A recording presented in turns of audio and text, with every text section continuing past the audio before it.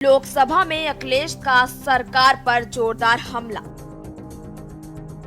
लोकसभा में शून्यकाल की शुरुआत के साथ ही स्पीकर ओम बिरला ने अखिलेश यादव का नाम लिया।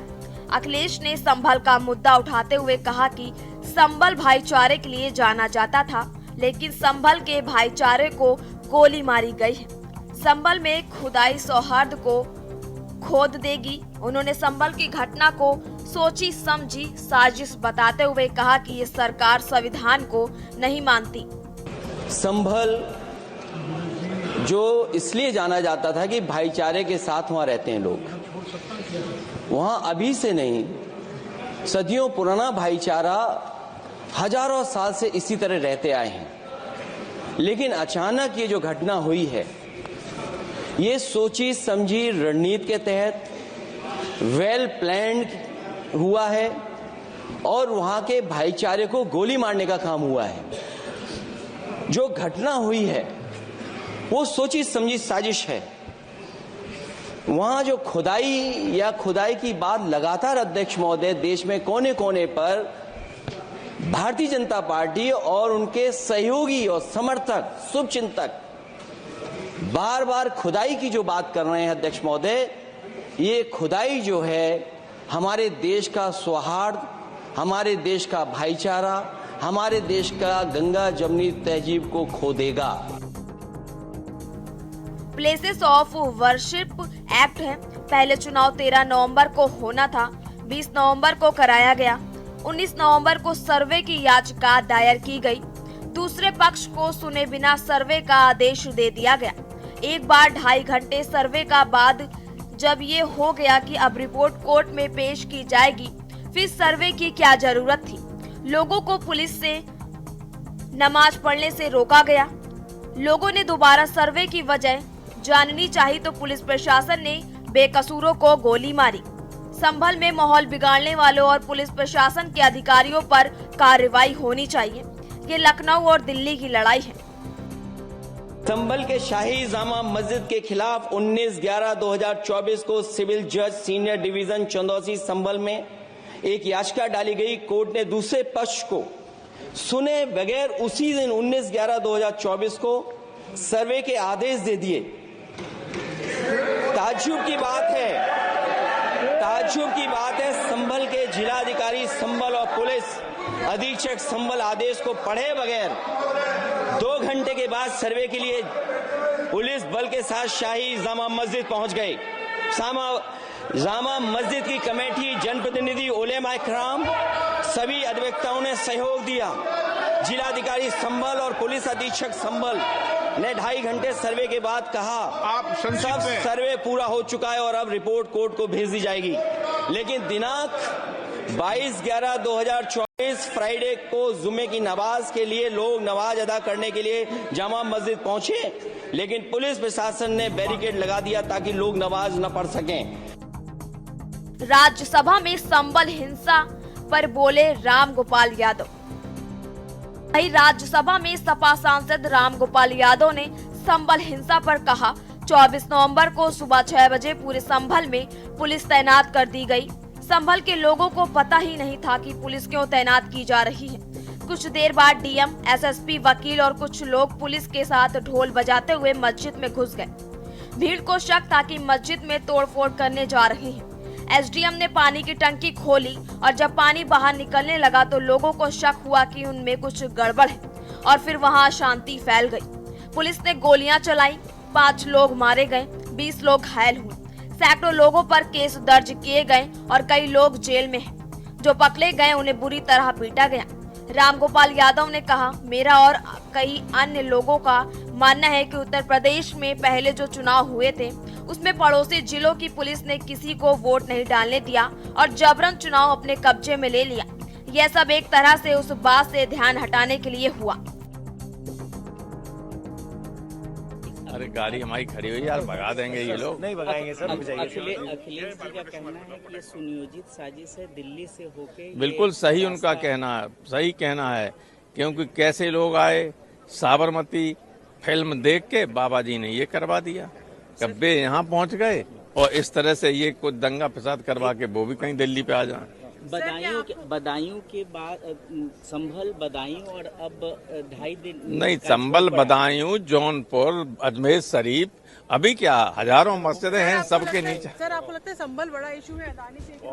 अडानी का क्या इशू है? संभल का इशू है। जनता जहाँ गोली से मारी जा रही हो और जहाँ लोगों को घर लूटे जा रहे हो, जहाँ लोगों को जबरदस्त बिजली काटी जा रही हो और पानी नहीं दिया जा रहा हो, ऐसा जो अत्याचार हो रहे हो, उसके सामने क्या है अडानी का? दरअसल संभल की घटना को पूरी तरह से निष्पक्ष जांच चल रही है। पीड़ित पक्ष जो भी हैं उनको न्याय मिले, यह हमारी जिम्मेदारी है, और जो दोषियों के खिलाफ कड़ी कार्रवाई कानून के तहत हो, यह मैं जिम्मेदारी के साथ कह रहा हूँ। इसे और आपके चलाने से ही खबर चल रही है। मेरा सादर अनुरोध है कि पूरे प्रदेश में शांति का माहौल बने, इसमें आप मदद करें और हर स्थिति में लाइन ऑर्डर मेंटेन रहो, मजबूत हो और लोगों को दिक्कत न हो रहने खाने में, और हर स्थिति में शांति व्यवस्था बनी रहे और लोगों को न्याय मिले, ये हमारी जिम्मेदारी। विपक्ष इन मुद्दों पर करना चाहता है चर्चा। बांग्लादेश मुद्दे पर चर्चा चाहता है विपक्ष।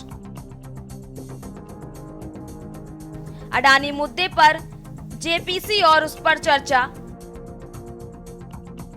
संभल और अजमेर मुद्दा। कांग्रेस का पूरा फोकस अडानी मामले को लेकर। समाजवादी पार्टी संभल हिंसा पर चर्चा की मांग कर रही है। लोकसभा में प्रश्नकाल के दौरान सपा अध्यक्ष अखिलेश यादव ने संभल हिंसा का मुद्दा उठाया। इस पर लोकसभा अध्यक्ष ने शून्यकाल में इस मुद्दे को उठाने के लिए कहा। इस पर अखिलेश यादव और उनकी पार्टी के सांसदों ने सदन से वॉकआउट कर दिया। साथ ही कांग्रेस सांसद भी वॉकआउट कर गए। हालांकि बाद में प्रश्नकाल के दौरान विपक्षी सांसद वापस सदन में लौट आए। वहीं कांग्रेस सांसद रेणुका चौधरी ने कहा, हम पूरी कोशिश कर रहे हैं कि सदन चले और जो जनता हमसे उम्मीद करती है उस जनता की आवाज को हम बुलंद करें। अब सरकार सदन की कार्यवाही चलाना चाहती है तो चलेगा, लेकिन अगर वे नहीं चलाना चाहती है, सब समझ आता है कि षड्यंत्र क्या है। हमारी जिम्मेदारी नहीं है सदन चलाना, जो कुर्सी पर बैठे हैं उनकी जिम्मेदारी बनती। देखिए, हमारी पार्टी का जिस दिन से सदन शुरू हुआ है उसी दिन से समाजवादी पार्टी ने संभल को लेकर के अपनी बात रखने की कोशिश की है। सदन नहीं चला। हमारी मांग अभी भी वही है कि सदन में संभल को लेकर के हम लोग चर्चा करना चाहते हैं, अपनी बात रखना चाहते हैं, क्योंकि जिस तरह का व्यवहार अधिकारियों का है, अधिकारी मनमानी कर रहे हैं और वहां की सरकार के इशारे पर मनमानी हो रही है, और मनमानी इस हद तक है कि वो भारतीय जनता पार्टी के कार्यकर्ता बनकर के काम कर रहे हैं। कोई कल्पना कर सकता है कि वोट लूटा जाए, वोट को डालने न दिया जाए? ये उपचुनाव हालांकि सरकार के उपचुनाव माने जाते हैं, लेकिन इस तरह का व्यवहार प्रशासन का कभी देखने को नहीं मिला। हमारे लिए संभल और खासकर भारतीय जनता पार्टी की सोची समझी रणनीति है। देखिए, हमारे नेता माननीय राष्ट्रीय अध्यक्ष अखिलेश यादव जी ने जो कहा है बिल्कुल सही कहा है। आज सदन में बोलने के लिए, जिसके लिए हम लगातार प्रयास कर रहे थे एक हफ्ते से ज़्यादा से, कि सदन में चर्चा होनी चाहिए। माननीय अखिलेश यादव जी ने संभल की जो घटना हुई है उसको सही तरह से बयान किया है और अफसोस है कि सरकार ने उसका जवाब नहीं दिया। हम चाहते हैं कि जो दोषी अधिकारी हैं जिन्होंने इस षड्यंत्र में शामिल हैं उनके खिलाफ सख्त निलंबित कर करके मुकदमा हत्या का दर्ज होना चाहिए और जिससे कि पीड़ित परिवार को इंसाफ मिल सके। संसद परिसर में अडानी मामले का विरोध। बता दें कि मंगलवार को संसद भवन परिसर में विपक्षी ईडी गठबंधन के सांसदों ने अडानी मामले पर विरोध प्रदर्शन किया। इस विरोध प्रदर्शन में कांग्रेस सांसद प्रियंका गांधी भी शामिल हुई। इस दौरान विपक्षी सांसदों के हाथों में मोदी अडानी एक है और अडानी पर भारत को जवाबदेही चाहिए के नारे लिखे बैनर और प्ले कार्ड नजर आ रहे थे। कांग्रेस सांसद शशि ठाकुर ने कहा कि हम मोदी सरकार की नीतियों के खिलाफ प्रोटेस्ट कर रहे हैं। हम सदन के भीतर प्रोटेस्ट नहीं कर सकते, इसलिए हमने संसद परिसर में प्रोटेस्ट किया है। बता दें कि सरकार के खिलाफ विपक्ष बिखरता नजर आया। अडानी मामले पर प्रोटेस्ट में राहुल गांधी और प्रियंका गांधी शामिल हुए, लेकिन इनमें सपा और टीएमसी के सांसद नदारद रहे। 25 नवंबर से शुरू हुए संसद के शीतकालीन सत्र में लगातार गतिरोध बना हुआ है। कांग्रेस पार्टी का पूरा फोकस अडानी मामले को लेकर लेकिन समाजवादी पार्टी संबल हिंसा पर चर्चा की मांग कर रही है। देखिए, ये तो पहला दिन से चलना चाहिए था। बहुत ही मूल्यवान समय होता है। पार्लियामेंट 1 माह के लिए इस सत्र में सेशन था।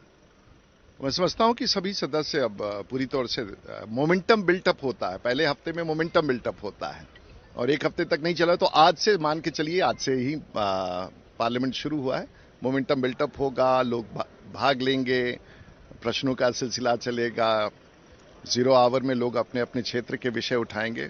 तो एक अपने आप में नए सदस्यों के लिए तो बहुत महत्वपूर्ण है। उनके लिए तो ये पहला सत्र है जिसमें इस प्रकार से वो भागीदारी, तो नए सदस्यों को समझना पड़ता है कि किस प्रकार से सदन की कार्रवाई होती है। लॉटरी में डालते हैं, प्रश्न डालते हैं, बैलेट में आते हैं, बिल पर बोलते हैं।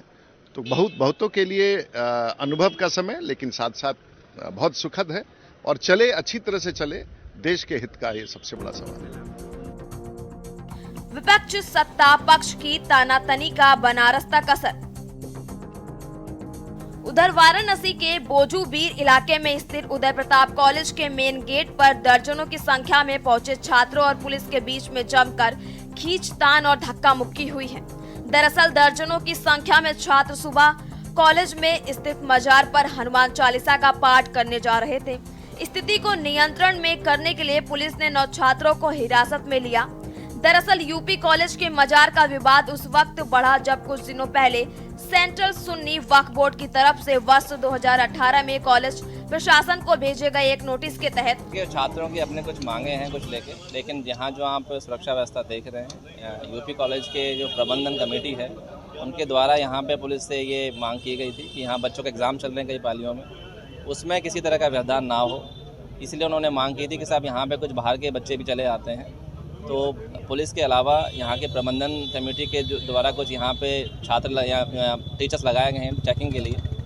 जिन बच्चों का एग्ज़ाम है यहाँ पे या जो बच्चे यहाँ पे रहते हैं छात्रावास में, सिर्फ उन्हीं को यहाँ पे एंट्री दी जाएगी। बाहर से किसी व्यक्ति की एंट्री यहाँ पे रोक दी गई है और जब तक वो हमसे सहायता चाहेंगे उनको हम सहायता देंगे। मजार की जमीन पर दावा किया गया था। इसके पहले छात्रों और प्रदर्शनकारियों ने सोमवार को कैंपस में वक्फ बोर्ड का पुतला भी फूंका गया। स्पेशल डेस्क के न्यूज़ इंडिया।